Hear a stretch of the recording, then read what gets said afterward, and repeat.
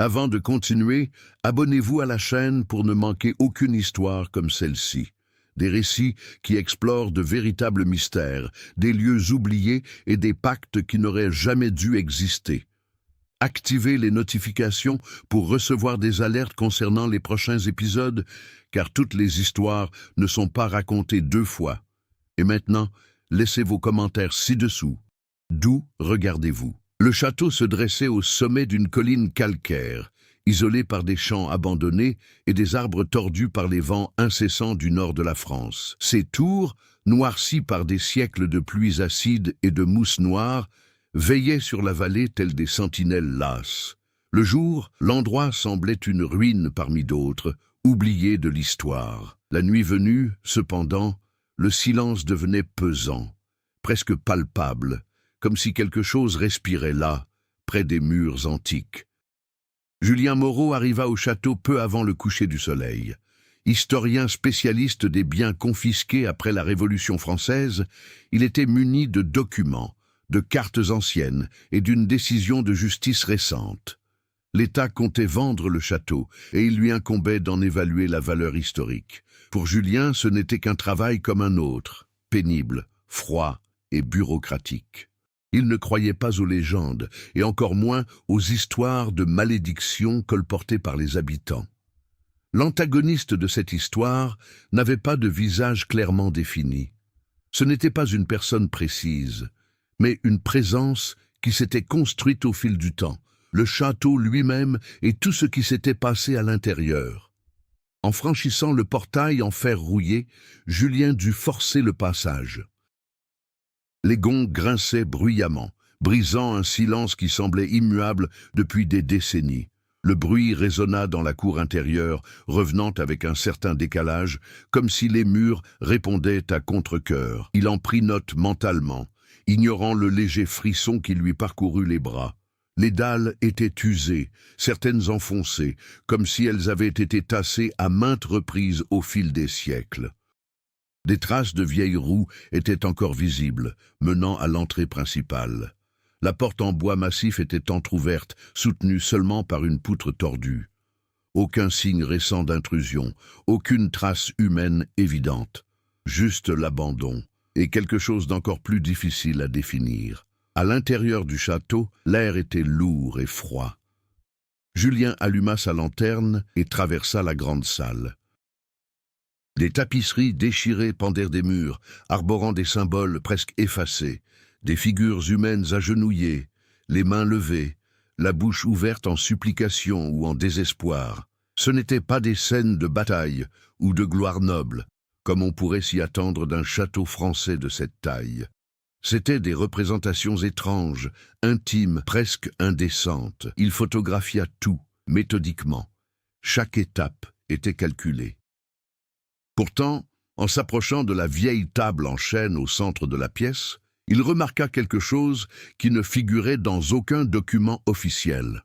De profondes marques de brûlure, disposées en cercle. Elles ne semblaient pas être le résultat d'un incendie ordinaire. Elles étaient contrôlées, répétées, intentionnelles. Julien s'accroupit et passa la main sur le bois noirci. L'odeur persistait. Une odeur ancienne de cendre mêlée à une note métallique, du sang séché, peut-être. Il recula instinctivement, inspirant profondément, s'efforçant de garder son sang-froid. Les vieux châteaux recelaient des histoires terribles. Rien de tout cela n'était forcément lié au surnaturel. D'après les archives que j'ai consultées, le château appartint à la famille d'Aubrac jusqu'à la fin du XVIIIe siècle. Une lignée discrète, rarement mentionnée dans les ouvrages officiels, mais citée dans des lettres privées saisies après la Révolution. Ces lettres évoquaient vaguement des accords nécessaires, des sacrifices silencieux et une protection garantie.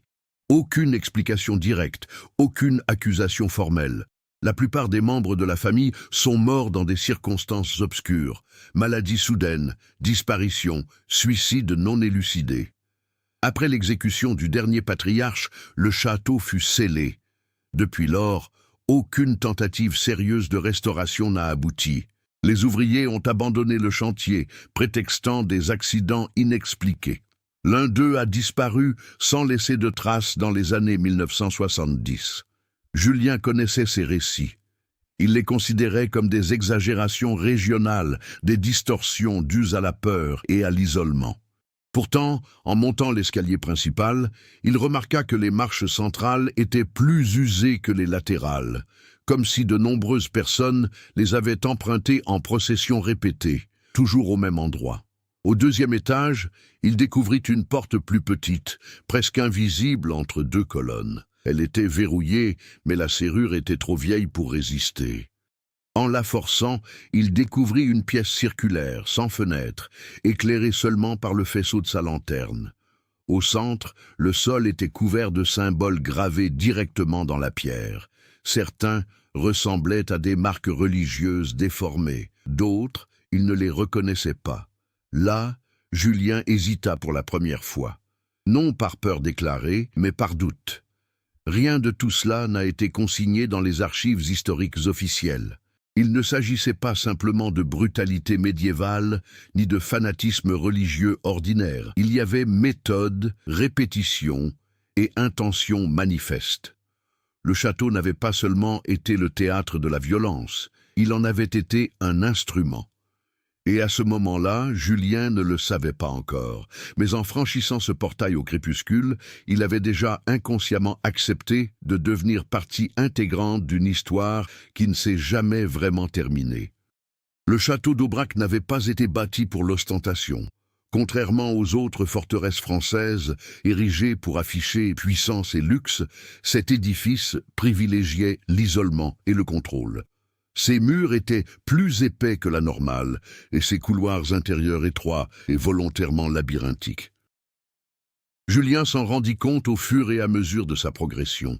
Des passages qui ne menaient nulle part, de fausses portes, des escaliers qui s'arrêtaient brusquement contre d'imposants murs de pierre. Chaque élément semblait conçu pour désorienter. En explorant le deuxième étage, Julien constata que les anciens appartements nobles étaient pratiquement vides. Il ne restait que des meubles lourds et difficiles à déplacer, comme s'ils n'avaient jamais été conçus pour le confort, mais pour une attente forcée. Les lits étaient étroits, les quelques fenêtres, hautes et peu nombreuses, empêchaient toute vue dégagée sur l'extérieur. Même en plein jour, la lumière y pénétrait à peine. Dans les documents historiques, la famille d'Aubrac était décrite comme réservée et excessivement discrète. En pratique, cela se traduisait par une absence totale de traces de sa vie sociale. Il ne fréquentait pas les tribunaux, ne recevait pas de visites fréquentes et envoyait rarement des représentants aux événements politiques importants. Malgré cela, ils prospérèrent pendant des siècles, conservant terre, pouvoir local et une influence discrète. Cette prospérité sans exposition au public commençait à avoir du sens à la lumière de ce que Julien observait. Au plus profond d'une vieille bibliothèque, partiellement ensevelie par des éboulements, il découvrit des boîtes métalliques scellées. Elles contenaient des livres de comptes incomplets, des listes de noms sans prénom et des dates ne correspondant pas aux registres officiels de naissance ou de décès de la région. Certaines notes se répétaient avec de légères variations, toujours associées à des symboles déjà vus dans la salle circulaire. Il ne s'agissait pas de documents financiers ordinaires. Il s'agissait d'inventaires humains. Julien commença à comprendre que la famille d'Aubrac n'habitait pas seulement ce château, elle le nourrissait. Des personnes apparaissaient dans les registres et disparaissaient sans explication, souvent marquées par des termes vagues comme livré, accomplimenté, ou simplement une dernière ligne sèche et sans détail. Les personnages secondaires de cette histoire se dessinent entre les lignes de ces documents. Des serviteurs qui n'ont jamais quitté le château, des paysans des villages voisins qui ont disparu après des périodes de famine extrême, des prêtres locaux qui n'apparaissent qu'une seule fois dans les archives et dont on ne parle plus jamais. Le château fonctionnait comme un système clos. Les entrées étaient contrôlées, mais les sorties n'étaient pas systématiques. La culture locale renforçait cet isolement. Dans les villages voisins, Julien trouva des allusions indirectes dans les archives municipales, des fêtes religieuses interrompues par des intempéries inexplicables, des récoltes étonnamment abondantes sur les terres liées à la famille d'Aubrac, tandis que les propriétés voisines étaient confrontées à la pauvreté. Il y avait un échange tacite. Personne ne parlait ouvertement, mais chacun semblait savoir. Lors de son entretien avec l'un des rares habitants âgés de la région, Julien ne reçut que des regards méfiants, aucune accusation explicite, juste de brèves phrases, toujours accompagnées de gestes de distanciation dès qu'on évoquait le château. Le nom de d'Aubrac suscitait encore un malaise, même après des siècles.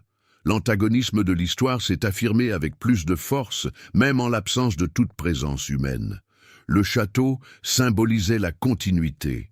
Il a survécu aux guerres, aux révolutions, aux changements de régime et aux crises économiques. Les hommes, eux, n'ont pas survécu. Des familles entières ont disparu, tandis que ces murs sont restés debout. Julien, de son côté, commençait à changer. Au début, il consignait tout avec un détachement professionnel. Désormais, ses notes devenaient plus courtes, plus objectives, presque défensives. Il évitait de s'attarder trop longtemps dans les mêmes pièces. Il changeait fréquemment d'itinéraire, comme s'il était observé, même si rien ne bougeait. Des personnages du passé commencèrent à se démarquer. Un patriarche antique, connu seulement sous le nom d'Étienne Ier, dont le nom apparaissait à plusieurs reprises aux côtés des symboles les plus anciens. Une femme identifiée uniquement comme la gardienne, sans nom de famille ni origine, mentionnée à des moments critiques de la lignée, et des enfants enregistrés sans âge défini, associés à des périodes de prospérité inhabituelles. Ces personnages n'étaient pas décrits par qui ils étaient, mais par les faits qu'ils produisaient. L'univers du récit s'étendait bien au-delà du château. Il comprenait des villages silencieux, des églises aux registres inexistants, des autorités qui fermaient les yeux et une tradition tacite d'acceptation. Le tout était maintenu par la crainte de perturber un équilibre ancestral trop ancien pour être remis en question. Julien n'était pas encore confronté directement au conflit.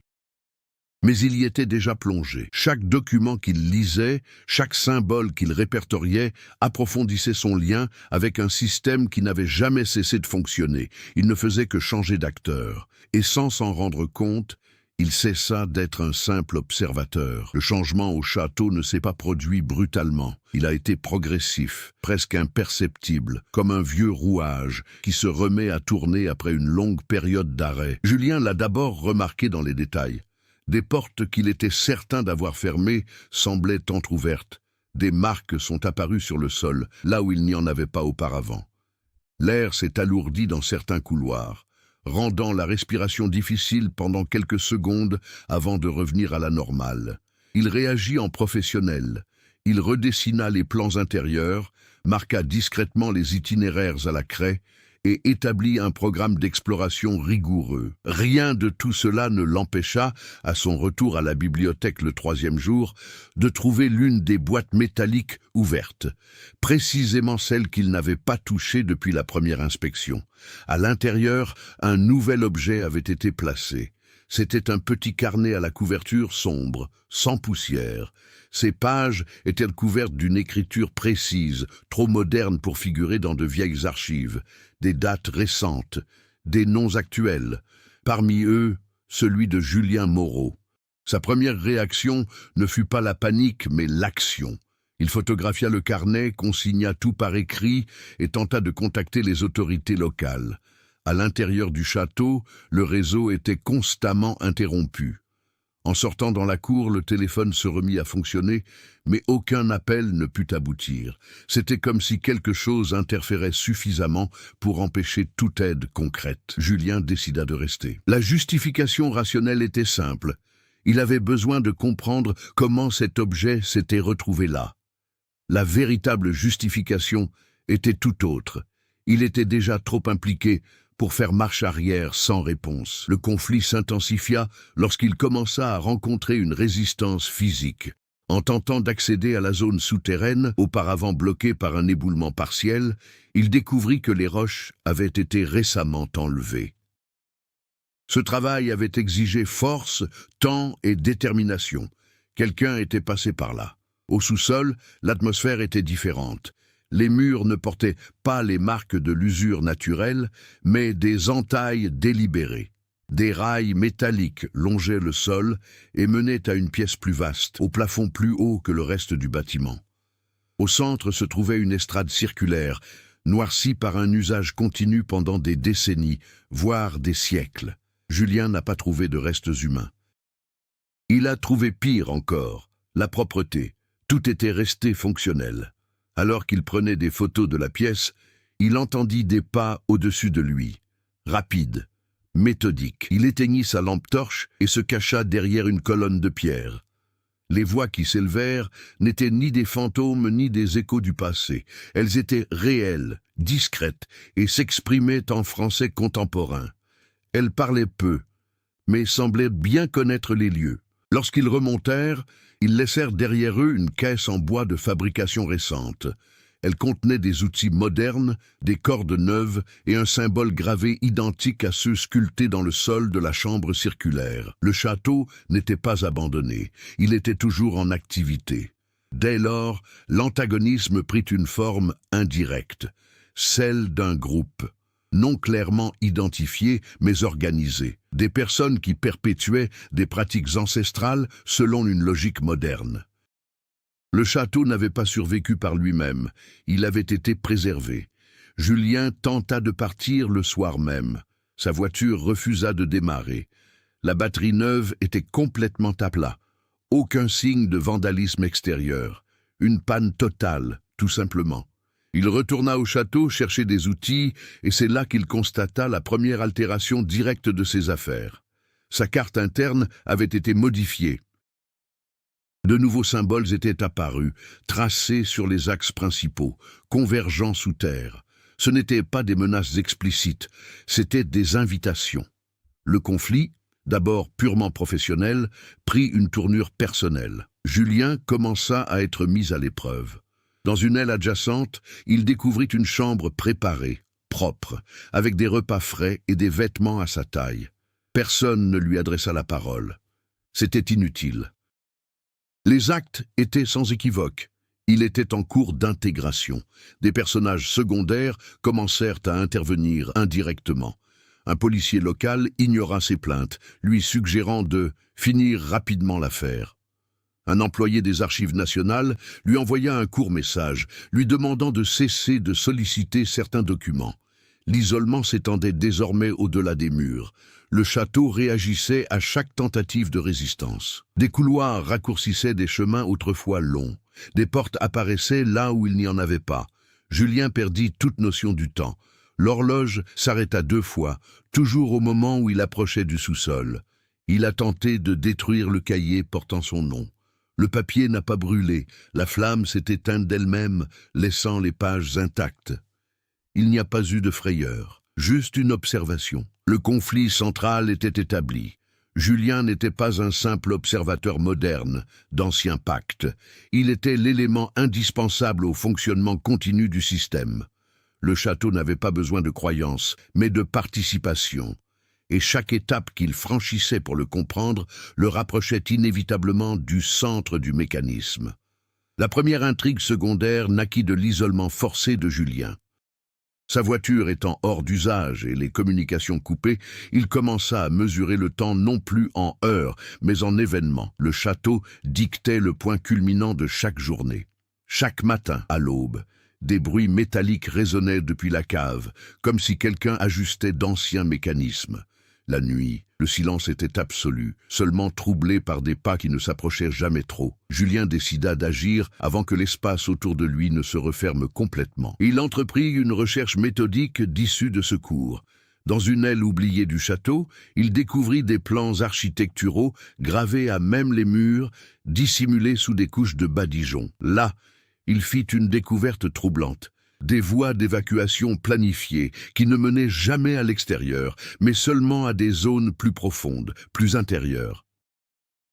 Cette découverte donna naissance à une seconde intrigue. Le château était conçu non seulement pour retenir les gens à l'intérieur, mais aussi pour sélectionner ceux qui pouvaient y entrer. Certains couloirs portaient des traces évidentes d'un usage intensif, tandis que d'autres restaient intacts, comme s'ils avaient été délibérément évités. L'espace fonctionnait comme un filtre. La troisième intrigue secondaire concernait la figure de la gardienne, mentionnée dans des documents anciens. Julien découvrit des références indirectes à cette figure dans des objets en apparence ordinaires. Des miroirs placés à des angles précis, des marques gravées près des lits et une série de petites cloches dissimulées parmi les poutres du plafond. Ces éléments ne produisaient pas d'effets visibles immédiats, mais semblaient réagir à la présence humaine. Lorsque Julien les touchait, l'air se refroidissait et la lumière naturelle diminuait, même en plein jour.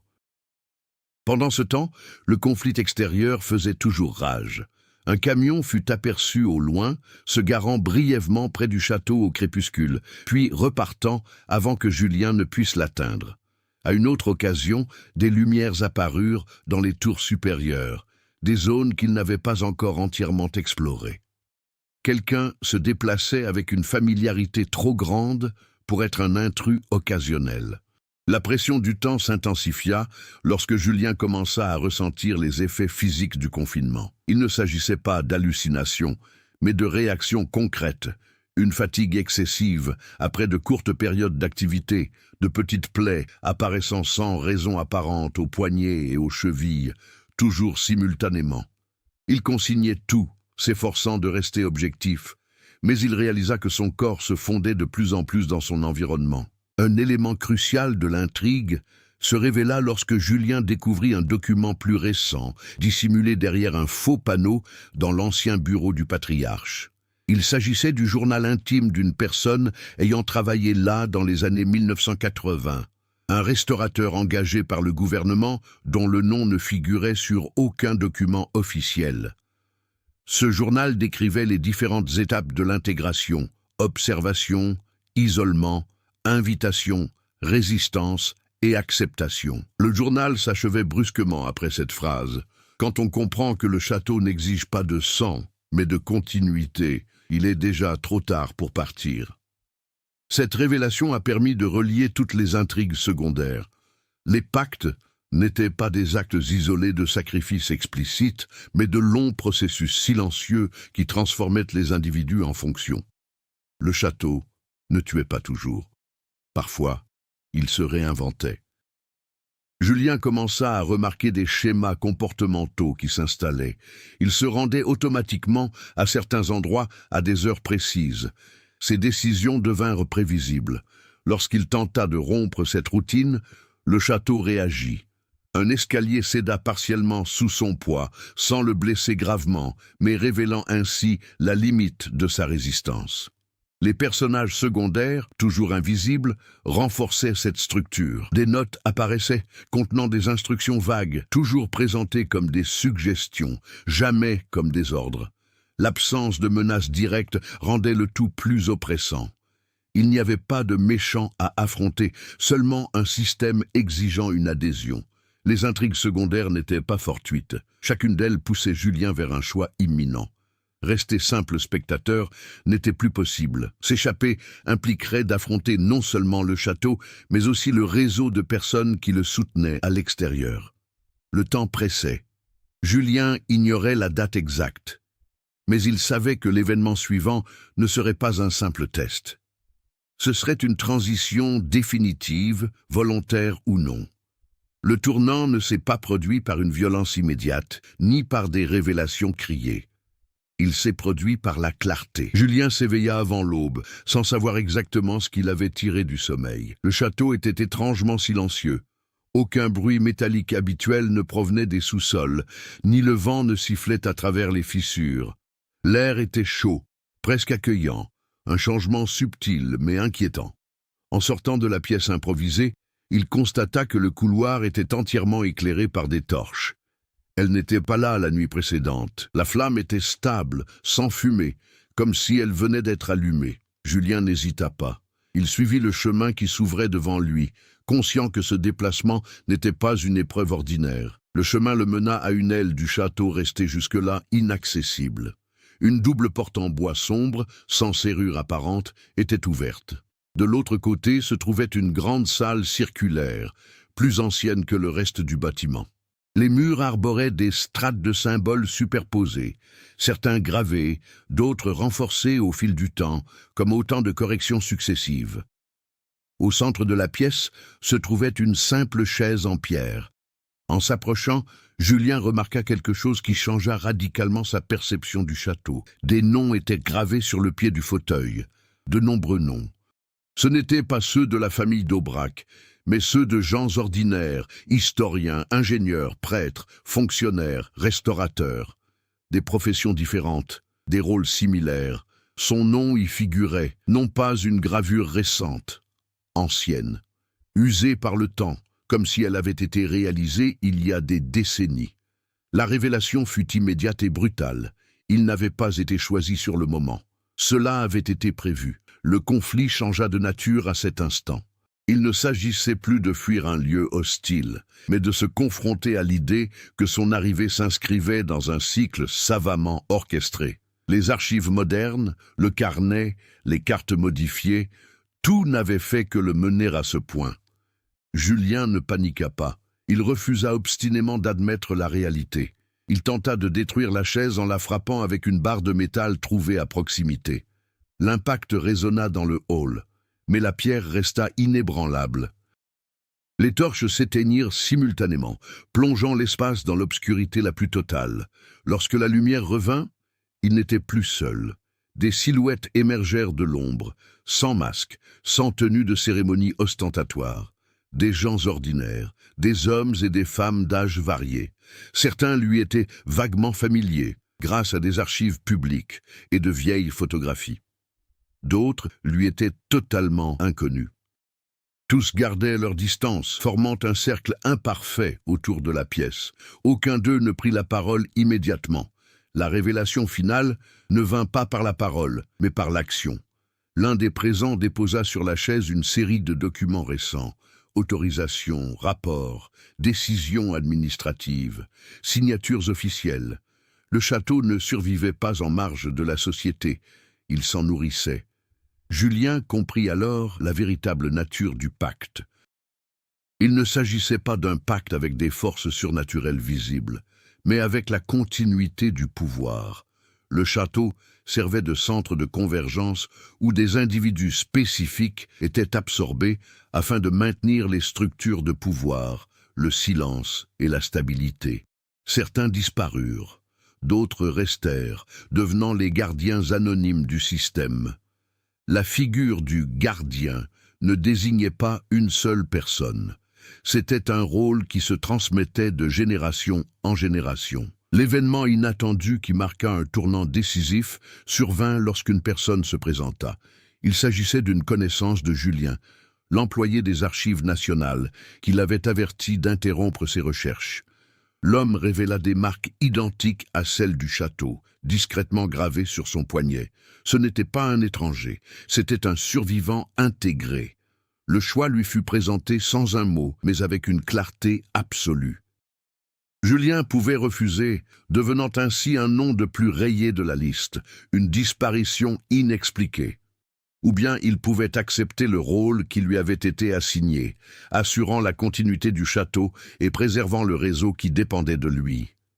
Le récit a alors pris un tournant décisif. L'antagoniste n'était plus seulement le château ou le groupe, mais le système lui-même et la décision que Julien devait prendre en son sein. Il n'a pas répondu. Pas encore. Mais tandis qu'il s'asseyait sur le fauteuil de pierre, même pour un bref instant, une chose devint claire, le château n'exigeait pas une soumission immédiate. Il exigeait seulement un premier geste. Et Julien avait déjà fait le sien. L'effet du choix de Julien ne fut pas immédiat, mais il fut absolu. Dès qu'il se leva de son siège de pierre, les silhouettes alentour se mirent en mouvement. Aucun applaudissement, aucun signe d'approbation manifeste. Chacune suivit un chemin précis, comme si une tâche silencieuse avait repris après une longue interruption. la salle circulaire retrouva sa fonction de centre névralgique, celle d'espace opérationnel, et non plus celle de lieu de rituel. Les torches furent rallumées et la température ambiante se stabilisa. Julien comprit que le château avait réagi à son action de manière pragmatique, presque administrative. Les portes auparavant bloquées s'ouvraient désormais sans résistance. Les couloirs cessèrent de se réorganiser d'eux-mêmes. L'espace était devenu prévisible. Cette prévisibilité fut la première conséquence directe. Julien obtint l'accès, non pas grâce à des clés ou des autorisations officielles, mais par l'absence d'obstacles. Il commença à circuler librement dans des zones auparavant inaccessibles, notamment une aile souterraine plus profonde où des dossiers récents étaient rangés sur des étagères métalliques modernes. Il y découvrit des documents numériques imprimés, des rapports logistiques et des listes mises à jour. Le château n'était pas une relique du passé. C'était un lieu de rencontre dynamique. La réaction psychologique de Julien s'est traduite par des actions concrètes. Il a cessé de tout consigner compulsivement. Il a sélectionné ce qui méritait d'être documenté et ce qui devait rester non répertorié. Ce changement de comportement ne lui a pas été imposé. Il s'est appris rapidement, presque instinctivement. Les personnages secondaires commencèrent à se dévoiler. Certains membres du groupe l'approchèrent avec une aisance croissante, partageant des informations opérationnelles sans révéler leurs origines.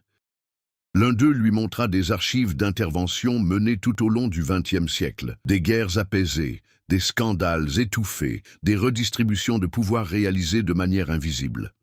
Le château servait de point de ralliement, non de source de chaos. La conséquence la plus inquiétante a été la normalisation. Julien comprit que son corps ne réagissait plus à son environnement. La fatigue extrême avait disparu. Les blessures spontanées s'étaient évanouies. Le château ne le menaçait plus, car il ne faisait plus qu'un avec lui. Plus d'épreuves physiques, seulement une responsabilité grandissante. Cependant, toutes les réactions ne furent pas d'une acceptation totale. Une résistance intérieure se manifesta lorsque Julien tenta de quitter le château, non pour s'échapper, mais pour tester les limites de l'accord tacite. Cette fois, la voiture fonctionna. Il parvint à rejoindre le village voisin.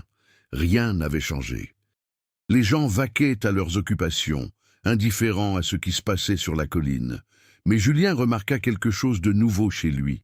Personne ne lui posait de questions. Les conversations s'achevaient rapidement. On le reconnaissait sans qu'on le connaisse. De retour au château, il découvrit dans sa chambre un nouvel objet. Des vêtements sobres et élégants, ainsi qu'une simple bague en métal sombre. Aucune explication ne l'accompagnait. C'était superflu. La réaction du système était sans équivoque. Une intégration progressive, non une imposition. Le conflit interne se concrétisa. Julien commença à mettre en œuvre des décisions à petite échelle. Choisir les documents à archiver, les zones à restaurer, les archives à laisser incomplètes. Chaque action eut des conséquences mesurables à l'extérieur du château. Un procès fut classé sans suite. Un projet de démolition fut annulé. Un nom disparut des journaux. La révélation finale sur ce sujet est survenue discrètement. En consultant d'anciens dossiers, Julien a retrouvé le journal du restaurateur datant des années 1980. Cette fois, une nouvelle page avait été ajoutée, écrite de la main de Julien lui-même, bien qu'il ne se souvienne pas l'avoir écrite. La page disait simplement « La résistance ne fait pas perdurer le système, c'est la continuité qui le fait ». La conséquence ultime était claire, le château ne transformait pas les gens de force. Il offrait la stabilité en échange de la permanence. La réaction de Julien, même sans pleine acceptation émotionnelle, produisait déjà des effets irréversibles. Il pouvait encore sortir, mais il ne pouvait plus faire semblant d'être parti. La transformation de Julien ne s'est pas opérée par une rupture brutale, mais par une adaptation consciente. Il a cessé de résister au rôle qu'on lui imposait et a commencé à le façonner. Ce changement ne s'est pas manifesté par des monologues intérieurs ou des déclarations symboliques, mais par des décisions concrètes qui ont modifié le fonctionnement du château. La première action concrète a consisté à réorganiser les dossiers. Julien s'est aperçu que de nombreux documents anciens étaient délibérément inexacts, créés pour induire en erreur les enquêteurs externes, mais aussi pour limiter l'action de ceux qui occupaient des fonctions internes. Il a corrigé cette pratique. Il n'a pas supprimé de données, mais les a affinées. Il a créé des systèmes de classification clairs, établissant des niveaux d'accès et consignant les processus qui, auparavant, reposaient uniquement sur la mémoire des membres les plus anciens. Ce geste symbolisait la croissance. Le château cessa d'être un simple organisme réactif et commença à posséder une structure consciente. De nouveaux défis surgirent aussitôt. Certains membres plus anciens du réseau opposèrent une résistance silencieuse. Ils étaient habitués à un chaos maîtrisé, à la tradition orale et à l'ambiguïté. Julien répondit par l'action, non par la confrontation. Il redistribua les responsabilités, confia les décisions cruciales à des processus objectifs et écarta les individus des postes stratégiques sans provoquer de conflit direct. Le réseau s'est adapté. Le second défi consistait à explorer le passé humain du château. Julien décida d'enquêter sur le sort de ceux qui avaient été intégrés avant lui et qui n'avaient pas survécu. Dans les profondeurs du sous-sol, il découvrit des zones scellées, non pas suite à des effondrements naturels, mais délibérément. En les rouvrant, il mit au jour des archives personnelles, des objets du quotidien et des décisions mal avisées qui avaient conduit à l'élimination de membres jugés instables. Julien n'a rien détruit, il a catalogué, il a nommé les erreurs, il a transformé les échecs en paramètres. La progression résidait dans la reconnaissance que le système n'avait pas besoin de répéter ses propres excès pour continuer à fonctionner. La troisième étape pour surmonter cette difficulté consistait à redéfinir le rôle du gardien. Julien s'est rendu compte que ce rôle était devenu passif au fil du temps, un rôle de maintenance plutôt que de leadership. Il a donc changé la donne en adoptant une approche proactive. Il a mis en place des cycles d'évaluation, établi des critères d'intégration clairs et pour la première fois a refusé des candidats. Ce refus a marqué un tournant. Le château réagit différemment qu'auparavant. Aucune punition, aucune pression extérieure. Le silence régnait. L'absence de réaction valait acceptation. Le système était plus flexible qu'il n'y paraissait, pourvu que sa continuité soit assurée. L'épanouissement personnel de Julien devint visible hors du château. Il commença à évoluer dans les milieux institutionnels avec une autorité naturelle. Nul besoin de présenter ses qualifications. Sa seule présence suffisait à régler les problèmes. Les réunions s'achevaient plus tôt que prévu. Les décisions étaient modifiées sans discussion. Il ne recherchait pas le pouvoir. Il gérait son impact. Le plus grand défi est apparu lorsque Julien a décidé de modifier une pratique séculaire, l'exigence d'une présence physique constante au château. Jusque-là, ce rôle imposait un isolement prolongé. Julien a mis en place un système de représentation tournante, permettant aux membres de s'absenter sans compromettre la structure. Le château est resté stable. C'était là la véritable évolution. Julien comprit que la prison n'était pas physique, mais conceptuelle.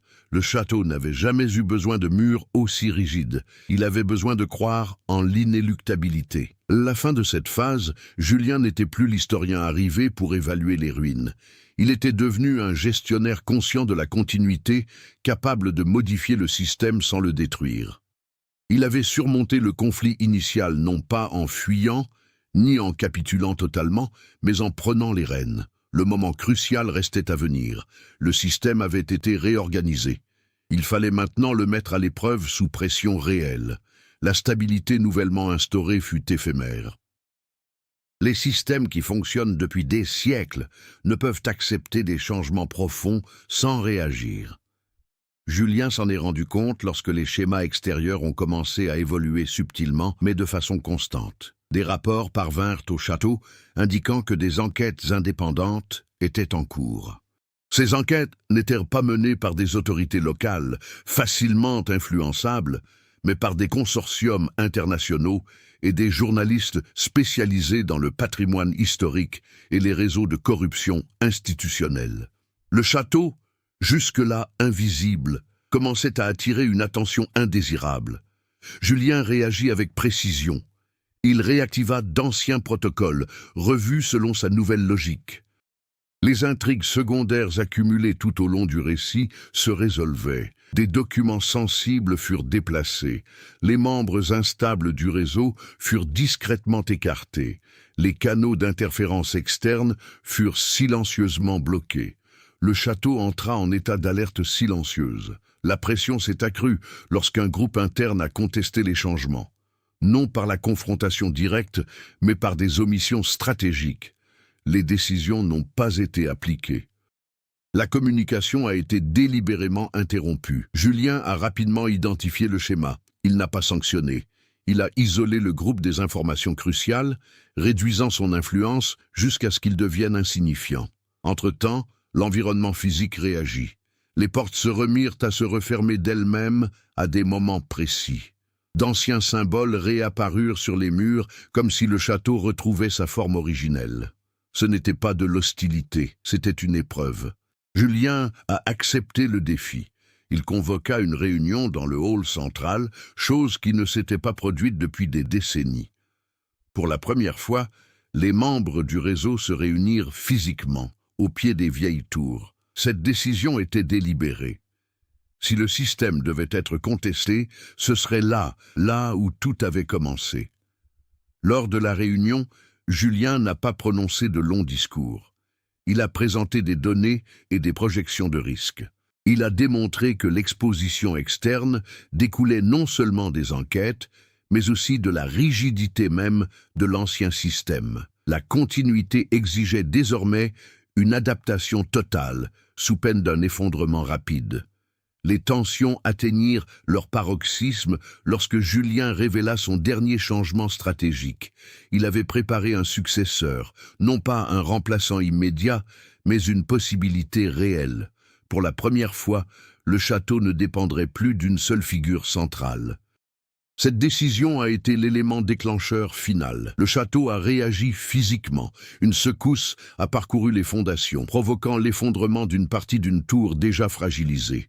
De la poussière et des pierres sont tombées dans la cour intérieure. Il n'y a eu aucun blessé. L'événement n'était pas une destruction, mais un avertissement. Le système testait ses limites. Julien n'a pas reculé. Il descendit seul au plus ancien niveau de sous-sol, dans la pièce où se trouvait le fauteuil de pierre. Là, il découvrit quelque chose d'inédit. Le symbole central était fissuré. Le mécanisme qui avait scellé des pactes pendant des siècles présentait un défaut structurel, non pas dû à l'usure naturelle, mais à un contrôle excessif. La préparation du dénouement était achevée lorsque Julien prit la décision la plus risquée à ce jour. Au lieu de consolider l'ancien pacte, il laissa la faille béante. Il ne chercha pas à restaurer le symbole. Il laissa le système se confronter à sa propre faiblesse. Les intrigues secondaires s'achevèrent là. La résistance interne perdit tout son sens. Le rôle du gardien fut officiellement redéfini. Le château, pour la première fois, n'était ni totalement fermé, ni totalement ouvert. Il se trouvait dans un état d'équilibre précaire. Le rythme s'accéléra. Les nouvelles de l'extérieur commençaient à arriver. On revit des véhicules sur la route au crépuscule. Le temps des ajustements était révolu. Le prochain événement serait ingérable. Il serait définitif. Le point culminant survint sans avertissement préalable. Il n'y eut ni cérémonie ni annonce, juste du mouvement. Aux premières heures qui suivirent la réunion dans le hall principal, le château était encerclé. Des véhicules étaient stationnés le long de l'étroite route qui traversait la vallée, phares éteints et moteurs tournant au ralenti. Il ne s'agissait ni de touristes, ni de simples curieux. C'étaient des agents d'une force conjointe, munis de mandats internationaux et d'autorisations de préservation d'urgence. Les recherches, jusque-là vagues, étaient désormais concrètes. Julien observait la scène du haut de la tour principale. Il ne ressentait aucune urgence, il était concentré. Le tournant décisif survint lorsqu'il comprit que le siège n'était pas une attaque contre le château, mais une manœuvre défensive. Les autorités avaient identifié de graves risques structurels et prévoyaient d'évacuer et d'isoler complètement la zone, interdisant tout accès humain. Le château ne serait pas détruit, il serait figé dans le temps. Cette décision menaçait tout. Julien descendit rapidement à la cave. Le château réagissait au siège extérieur par une instabilité croissante. Les symboles s'éteignaient et se rallumaient. Les portes se bloquaient. La secousse précédente s'intensifia. La fissure dans le symbole central commença à s'élargir. L'ancien système s'effondrait en raison d'un confinement excessif. Au centre de la salle aux chaises de pierre, Julien prit la décision finale. Au lieu de tenter de préserver le pacte traditionnel ou de lutter contre les autorités, il exécuta le plan qu'il avait discrètement préparé. Il activa le mécanisme de transition. Il n'a pas détruit le symbole, il l'a ouvert. En séparant les parties centrales de la structure, Julien a permis au château de cesser de fonctionner comme une entité fermée. L'énergie symbolique, auparavant concentrée, s'est dispersée dans tout l'édifice. Les couloirs ont perdu leur capacité à se réorganiser d'eux-mêmes. Les portes ont cessé de se verrouiller automatiquement. Le château est devenu, physiquement, un simple vieux bâtiment. La transformation du protagoniste fut immédiate et manifeste. Julien cessa d'agir comme un gardien isolé et endossa le rôle d'un médiateur conscient. Il remonta dans la tour et se présenta aux autorités, leur offrant un accès complet aux archives historiques et structurelles, sans toutefois dévoiler l'intégralité du réseau. Le dernier rebondissement s'est produit là. Le château n'avait plus besoin d'exister en tant que système actif pour que la continuité soit préservée. Il avait été décentralisé. Lorsque les équipes techniques pénétrèrent dans le château, rien de surnaturel ne se produisit. Pas d'effondrement spectaculaire, pas de mort, juste le silence. L'ancien système s'effondra sans bruit. Cependant, la conséquence la plus macabre est survenue plus tard. Julien remarqua que les noms gravés sur la chaise de pierre commençaient à disparaître. Ils n'étaient pas effacés physiquement. Ils étaient simplement devenus obsolètes. Le château n'avait plus besoin de les consigner. Le pacte n'exigeait plus d'inscription. Le dénouement s'acheva lorsque Julien quitta le château pour la dernière fois en tant que résident. Il n'emporta rien. Il ne fit aucun adieu. Il franchit simplement la grille de fer, désormais ouverte et immobile. Derrière, le château se dressait toujours. Mais il était devenu inutilisable. La menace a été neutralisée non par la destruction, mais en vidant le système. Dans les mois qui suivirent le siège, le château d'Aubrac fut officiellement classé monument historique. Des rapports techniques mirent en évidence des risques structurels, l'instabilité du sol et la nécessité d'une restauration complexe. Pour le grand public, il ne s'agissait que d'une ruine historique française de plus, fermée par précaution. Pour ceux qui savaient voir au-delà des annonces officielles, la situation était bien plus grave. Le château avait perdu toute influence. Julien Moreau reprit sa vie publique avec une normalité soigneusement construite. Il retourna travailler comme consultant historique, désormais recherché par de grandes institutions, bénéficiant d'un accès privilégié aux archives sensibles et aux décisions administratives majeures. Son nom circulait dans des milieux où les questions étaient rarement posées 2 fois. La différence résidait dans la méthode. Julien ne cachait pas l'information, il la redistribuait. Ce qui était jadis concentré en un seul lieu, le château, se diluait désormais dans des systèmes bureaucratiques communs, difficiles à retracer, mais aussi impossibles à centraliser à nouveau. Il n'y avait plus de rituels, plus de symboles gravés dans la pierre, seulement des procédures. Les conséquences ultimes se sont manifestées silencieusement. Les anciens membres du réseau ont peu à peu disparu des cercles d'influence, non par punition, mais par obsolescence. D'autres se sont adaptés, assumant des rôles moins importants et se sont intégrés au fonctionnement quotidien de la société. L'ancien pacte n'a pas été rompu violemment, il a été remplacé. Le village près du château commença à se transformer. Les investissements commencèrent à apparaître peu à peu. Les jeunes cessèrent de partir en masse. La terre, autrefois synonyme de récoltes irrégulières, commença à réagir de façon prévisible. Rien de miraculeux. Juste de la stabilité. Julien visita le château une dernière fois, accompagné de techniciens et de restaurateurs. Il ne ressentit aucune résistance. L'espace était inerte. Les pièces circulaires n'étaient plus que des pièces. Le sous-sol n'était que de la pierre froide. Le fauteuil de pierre demeurait au centre, intact, mais sans inscription lisible. Le prix payé pour les anciens pactes était irréversible. Les gens avaient été absorbés, effacés, réutilisés. C'était irréparable. La conclusion n'offrait aucune rédemption complète, seulement une résolution fonctionnelle. Julien ne se considérait ni comme un héros, ni comme coupable. Il avait pris le contrôle d'un système défaillant et l'avait rendu incapable de reproduire ses excès. C'était tout. En quittant le château lors de cette dernière visite, Julien ne se retourna pas, non par peur ni par regret, mais parce qu'il savait que le véritable danger n'y résidait plus. Il s'était dissous dans les habitudes quotidiennes, les choix anodins et les décisions en apparence neutres. Le château n'exigeait plus de pacte, mais le monde avait toujours besoin de surveillance. Des années plus tard, un rapport interne a circulé discrètement parmi les organismes européens de préservation du patrimoine.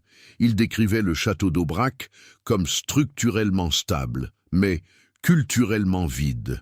Aucune activité anormale n'a été enregistrée depuis sa fermeture définitive. Dans une note de bas de page presque ignorée, figurait une observation curieuse.